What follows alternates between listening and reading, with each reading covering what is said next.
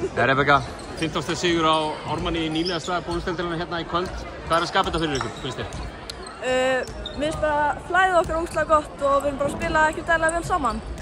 Og ég held að það spilaði okkur inn og líka náðum sóknarfrákvöstun. Náðið fórustinni svona snemma einhvern veginn en hérna, það voru samt einhvern veginn ekki langt undan á svona ákveðnum tímapunktum. Hvað þurftu að gera til þess að sigla þessu heim? Bara klára þetta, ekki slaka á, bara halda áfram að keyra og gera það sem við gerum best. KR í efstu deild í nokkur ár, það er nú ekki engir áratugir síðan en þið, ykkar lið hefur ekki spilað saman í efstu deild áður. Voruð þið stressaðir fyrir þennan leik? Já, svolítið, en samt þetta er bara körfubolti, þannig bara spila okkar leik. Skoruðu þú 26 í frumröðin þinni í bónusdeildinni. Var eitthvað svona sérstakt sem þú festir í morgunbati eða varst þú að fara í gegnum eitthvað sérstakt svona fyrir þennan leik?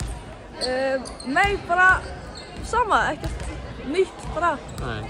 Hvað þurfum við að gera til þess að halda þess áfram? Hvað er næst?